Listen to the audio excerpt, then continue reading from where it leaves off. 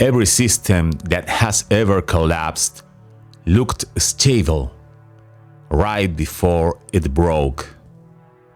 Not fragile, not failing, not even under visible stress.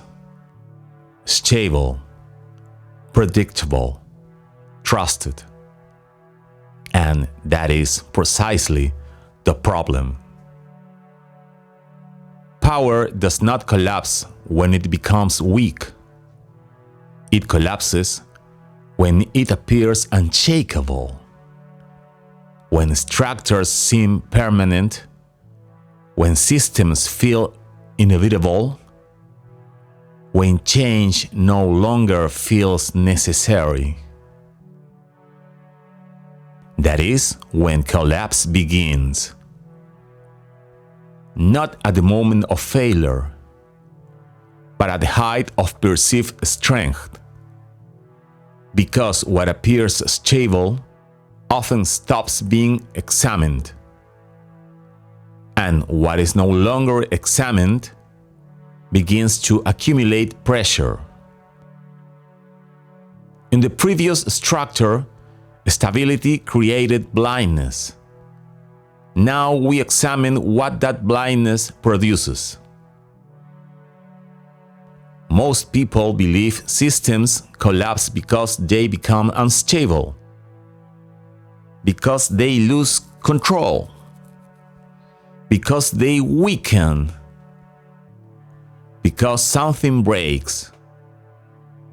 But collapse rarely begins with visible weakness.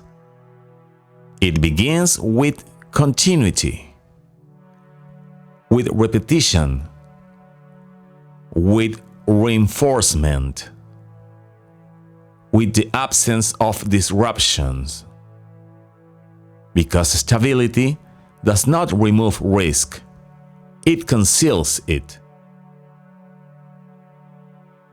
A system does not collapse because it fails. It collapses because it no longer questions itself. A system that appears stable does not invite scrutiny. It does not trigger urgency. It does not demand correction. It creates confidence. And confidence changes behavior. Decisions become less cautious. Assumptions become less questioned. Signals become less interpreted. Over time, perception shifts from observation to expectation. People stop asking if the system works. They begin assuming that it will. This is the first structural condition of collapse. Stability reduces sensitivity to warning. Not because warnings disappear, but because they no longer register as threats. They are reinterpreted, minimized, delayed. A minor inefficiency becomes temporary. A structural flaw becomes manageable. A deviation becomes noise. Nothing appears critical until everything is. Nothing breaks because everything is still working. And that is what makes it dangerous. Pressure does not build explosively. It accumulates incrementally.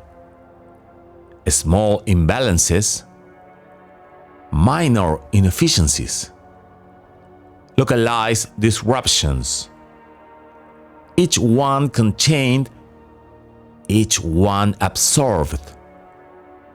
Because the system is stable, and stability allows absorption. That is its function.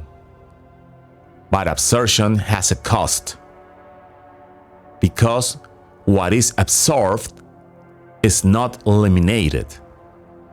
It is stored, distributed across layers, embedded within processes, carried through time, and the longer the system remains stable, the more it accumulates.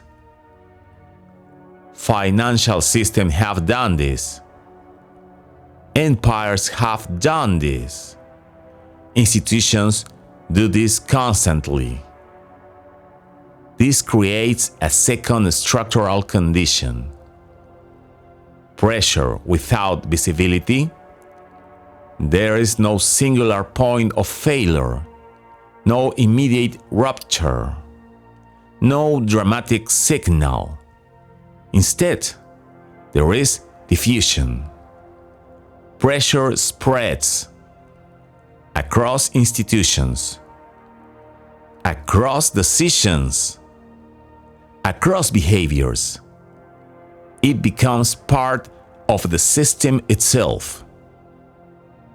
At this stage, the system appears strong because it continues to function. Outcomes are still produced. Processes still operate. Structures still hold. Nothing appears broken. But functioning is not the same as integrity. A system can function while degrading. This is where collapse becomes inevitable, not because something external happens, but because internal conditions reach a threshold that was never visible, because it was never questioned. Most failures are not triggered by large events. They are triggered by small ones. A disruption that would have been insignificant if the system were not already saturated. But saturation is invisible until it is exceeded. By the time collapse becomes visible, it is no longer a possibility, it is a consequence.